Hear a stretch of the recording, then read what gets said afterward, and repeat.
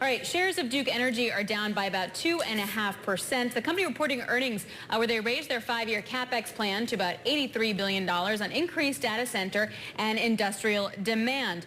The company also removed certain language concerning methane emissions and net zero carbon emissions from their statement. We spoke earlier to Lynn, the chair and chief executive officer at Duke Energy, about that data center demand in the wake of DeepSeek's emergence and the company's commitment to clean energy. The strategy hasn't changed. Duke Energy is committed to a future of reliability and affordability, increasingly clean energy as we retire older plants and bring new things on. But to your point around load growth and data centers, we do see an uptick in gas generation that wouldn't have been the case 5 years ago, just as we put together plans on how we're going to serve this load in this moment. So really committed to a future, and we see a bright opportunity for the company as we pursue this growth. I am curious, Lynn, when we talk about those gas plants and more importantly, some of those coal plants and the longer term trajectory. I mean, originally Duke had made plans to shut some of those plants. I know you've reversed on that partly because of demand, and I don't know how much the new administration is factoring into that. But you take your big facility out in Indiana that's now supposed to be online, what, until 2038? Should we expect that to be even extended further than 2038? No, Romaine, we have been working toward a 2035 date for retirement of coal, and we really see that as being important because these assets are aging. The supply chain supporting coal has been challenged, and we expect that to continue. But we have always looked at those dates as something that has to be reviewed in the context of what's going on in the business and also within the context of where our regulators are. And so as I think about 25 to 2038, I don't look at that as a huge shift. Duke is not stepping away from a commitment of modernizing our fleet.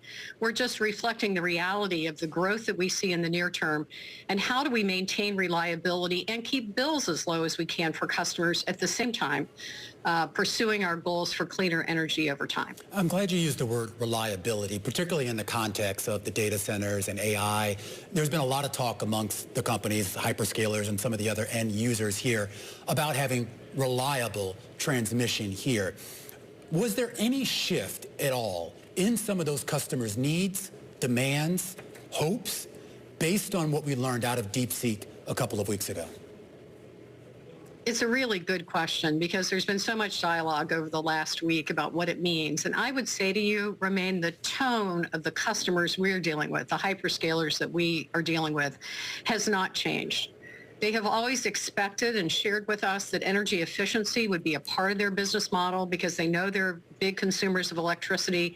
How can I reduce that demand on the system over time? Because I also expect my volume to increase. And so as we look at our plans over the next 5 years, we do not see a big impact from this recent event, but of course are continuing to listen for changes in the industry. And as I said, we'll expect energy efficiency to continue to be an objective for the tech companies, and we welcome that because the demand we're seeing broadly is just putting an impact on the system that'll demand more and more resources. Lynn, the other day I was talking to the Energy Secretary, newly confirmed, and he was talking about coal and extending the life of coal plants. He doesn't think there'll be a renaissance of coal, but nonetheless, I'm curious, Lynn, as to the direct, what would it take for a utility like you guys, a power company like you guys, to say restart a coal plant?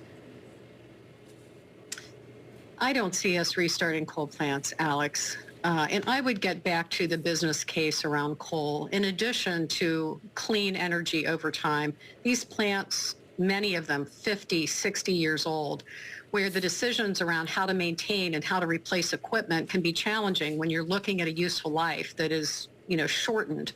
And so we believe the right answer is to continue to modernize our fleet, continue to take advantage of new technologies so that we are making the right decisions for our customers over the long term. And that has been our strategy at Duke. It continues to be our strategy.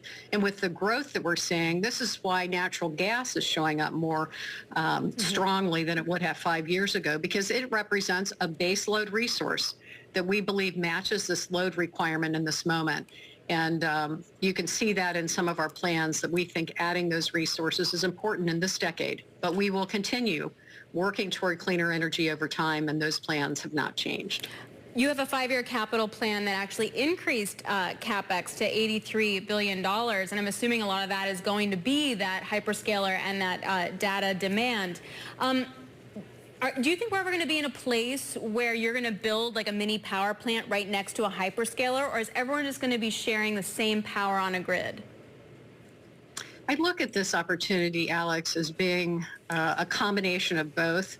And as you can imagine, for customers of this scale that have this amount of demand for power, we are having conversations with them about how we can meet their needs.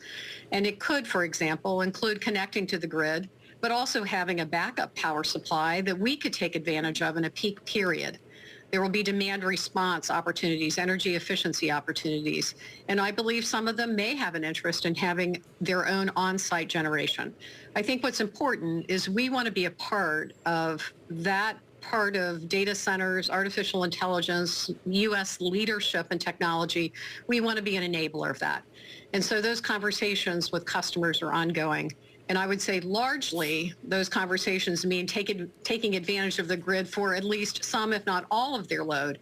And then some of these other technologies more on the margin at this point. How cooperative, Lynn, are regulators going to be, not necessarily at the federal level, but at the local and state level? We work hand in glove with our states and local communities on economic development. And in this moment, we're talking about data centers, but think about expansion of life sciences, think about advanced manufacturing. We have had a long-standing partnership around economic development.